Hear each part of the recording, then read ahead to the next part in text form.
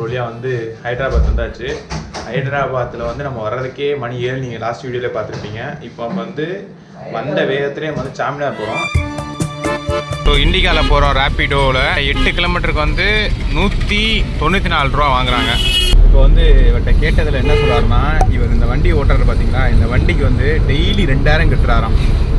அப்போ வந்து இவர் 2000 கட்டி அது போட்டு ட்ரிப் போட்டு தான் அடைக்கணுமா. நமக்கு வந்து 194 ரூபா தான் வாங்குறாரு.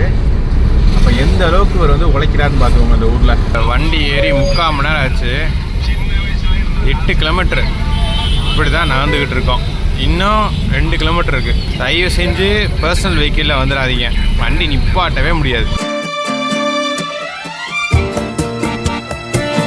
ஹலீம் வந்து ஃபஸ்ட் டைம் சாப்பிட்றேன். ரொம்ப கரம் மசாலா ஃப்ளேவர்ஸாக இருக்குது. எண்ணெயை போட்டு புளிஞ்சு தள்ளியிருக்கேன். ஏன் ரொம்ப அமைதியாக பேசுனா இங்கே இருக்க ஆம்பியன்ஸ் அமைதியாக தான் இருக்குது. மட்டன் பிரியாணி உரப்பு கம்மியாகவும் ஸ்பைசஸ் அதிகமாக இருந்துச்சு. ஒரு வாட்டி ட்ரை பண்ணலாம். ரொம்பலாம் சாப்பிட முடியலங்க, ஏன்னா ரொம்ப திகட்ட ஆரம்பிச்சிருச்சு இந்த ஸ்பைசஸ் அதிகமாக இருக்கவும். கட் பண்ணால் சரின்னு இங்கே வந்து நிற்கிறோம்னு பார்க்காதீங்க. சாமினார்லேருந்து இங்கே வந்துருக்கோம்னு. நேற்று சாமினாரில் சரியான கூட்டம். நம்மளால் வந்து எல்லா கடையிலையும் போய் சாப்பிட முடியல. அந்தளவுக்கு நம்ம வயிற்றுலையும் இடம் இல்லை.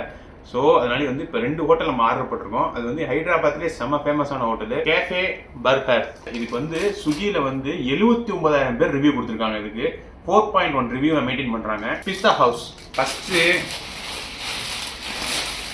காஃபே பார் ஓப்பன் பண்ணி பார்த்துடலாம். ஹைதராபாத் பிரியாணினாலே உங்களுக்கு வந்து மசாலா தனியாக ரைஸ் தனியாக இருக்கும். ரெண்டையும் மிக்ஸ் பண்ணி தான் சாப்பிட்ற மாதிரி இருக்கும்.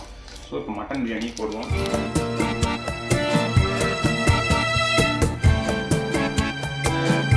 பிஸ்தா ஹவுஸ் பேக்கிங்கே வந்து பார்த்தீங்கன்னா ஏதோ அல்வா வாங்கிட்டு வந்த மாதிரி இருக்குது பேக்கிங்கு.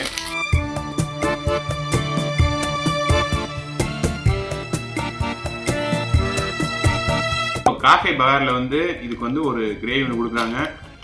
தயிர் மோர் மிக்சிங்கில் கொடுக்குறாங்க. இது பிஸ்தா ஹவுஸ் வந்து மோர் சேம் கிரேவி, ரெண்டுமே கிட்டத்தட்ட பார்க்க ஒரே மாதிரி தான் இருக்குது. அப்புறம் வெங்காயம் கொடுக்குறாங்க.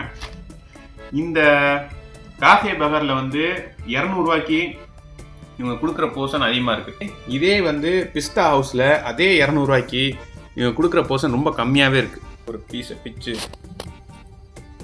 ரைஸோடு எடுத்து கொஞ்சம் ஆயிலியாக இருக்குது. இதில் வந்து இந்த ஸ்பைசஸ் உதாரணத்துக்கு பட்டை லவங்கம் இது வந்து செட்டில்டாக கொஞ்சம் தமிழ்நாடு ஸ்டைல் மாதிரி இல்லாமல் அந்த ஸ்பைசஸ் இல்லாமல் எல்லாமே கொஞ்சம் செட்டில்டாக இருக்குது. பட் ஆனால் அது வெங்காயம் இருந்தால் சூப்பராக இருக்கும். வெங்காயம் வரல. நெக்ஸ்ட்டு வந்து பிஸ்தா ஹவுஸ் எல்லாம் போன் பீஸஸாக இருக்குது.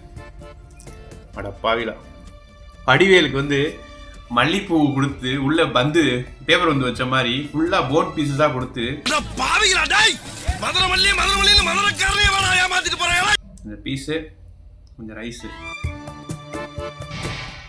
இது வந்து முதவாய் வைக்கன்னு தெரியுது. பட்டை லவங்கம் மாதிரி ஸ்பைசஸ் ரொம்ப அதிகமாக இருக்குது. இப்போ நீங்கள் வந்து பட்டை லவங்கம் ஸ்பைசஸ் அதிகமாக சாப்பிடுவீங்கன்னா பிஸ்தாவும் போகலாம். செட்டில்டாக வயிறுக்கு உண்ணா கூடாது. நீங்கள் ட்ராவல் பண்ண போகிறேன் இந்த மாதிரினா தயவுசெய்து இதெல்லாம் போயிடாதீங்க. கொஞ்சம் கப்பான எரியிற மாதிரி இருக்கும். காஃபே பர்கர் போங்க, சூப்பராக இருக்கும். ஆக்சுவலாக ஹைதராபாத்தோட ரைஸை பாருங்களேன், பாஸ்மதி கிட்டத்தட்ட நூடுல்ஸ் வாங்கி அதை பிச்சு பிச்சு போட்ட மாதிரி இருக்குது. எவ்வளோ நீளம் பாருங்க. இப்போ நான் இங்கே பிரியாணி சாப்பிட்டு முடிக்கிறேன். நீங்கள் போய் சார்மினார் ஹிஸ்ட்ரியை பார்த்துட்டு வாங்க. ஹைதராபாத் போனீங்கனாலே அங்கே சார்மினார் போனீங்களா, அங்கே ஷாப்பிங் பண்ணிங்களா அப்படின்னு கேட்காத ஆளே இருக்க மாட்டாங்க. அப்படிப்பட்ட இந்த சார்மினாரை பற்றி கொஞ்சம் தெரிஞ்சுக்கலாமா? 1589ஆம் ஆண்டு தொடங்கப்பட்டு அந்த காலத்திலேயே 9 லட்சம் ரூபாய் செலவில் 1591ஆம் ஆண்டு சுல்தான் முகமது குலி குத்தப் ஷாவால் கட்டப்பட்டது. இதை கட்டினதுக்கு நிறைய காரணம் சொல்லப்படுது. ஒன்று, அவரோட மனைவி பக்மதிக்கு மரியாதை செலுத்துவதற்காக. ஒன்று, 2வது காரணம், அந்த காலகட்டத்திலேயே ஒரு தொற்று வியாதி ஊர் முழுக்க பரவுனதாகவும் அதிலிருந்து மீண்டு வர வேண்டி அந்த தொற்றுல இருந்து மீண்டு வந்ததுனால சுல்தான் இதை கட்டி கடவுளுக்கு அர்ப்பணித்ததாக மக்கள் நம்பிக்கை. 3வது, கர்பலா போரில் உயிரிழந்த முகமது நபியின் மருமகன் நினைவாக இதை கட்டப்பட்டதாகவும் சுல்தான் தன் மனைவி பகமதியை முதலில் இந்த இடத்துல தான் பார்த்தாருன்னு சில நம்பிக்கை இருக்கு. இப்படி இவ்வளோ வரலாறு கொண்டதுதாங்க இந்த சார்மினார். நம்ம வந்து இப்போ வந்து சீக்கர் தவானோட ட்ராவல் பண்ணிக்கிட்டு இருக்கோம். அப்படியே இருக்காரு சீக்கர் தவான். ஃபுல்லாக இன்னொன்று சொல்ல மறந்துட்டேன். சார்மினார் எப்படி இருந்துச்சுன்னா, இப்போ கொஞ்சம் வெளியில் வந்ததுக்கப்புறம் டிராஃபிக்கில் இருந்து இந்த காற்று படமும் அவ்வளோ ஜில்லுன்னு இருக்குது, அவ்வளோ சுகமாக இருக்குது. அப்போ எந்த அளவுக்கு கூட்டத்தில் மாட்டிருப்போம் நினச்சி பாருங்க. இப்போ உண்மையான கருத்தை முடியல, இவ்வளோ குழு குழு குழு குழுன்னு இருக்கு. ஹைதராபாத்துக்கு விடை தர போகிறோம்.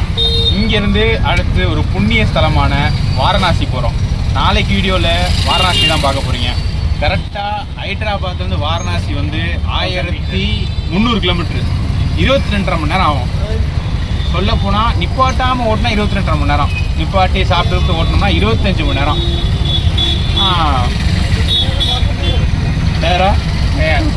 நாங்கள் எல்லாரும் தயாராக தான் வந்துருக்கோம். ஆனால் மறக்காமல் இந்த வீடியோக்கு லைக் போட்டிருக்கேன், சப்ஸ்கிரைப் பண்ணிடுங்க.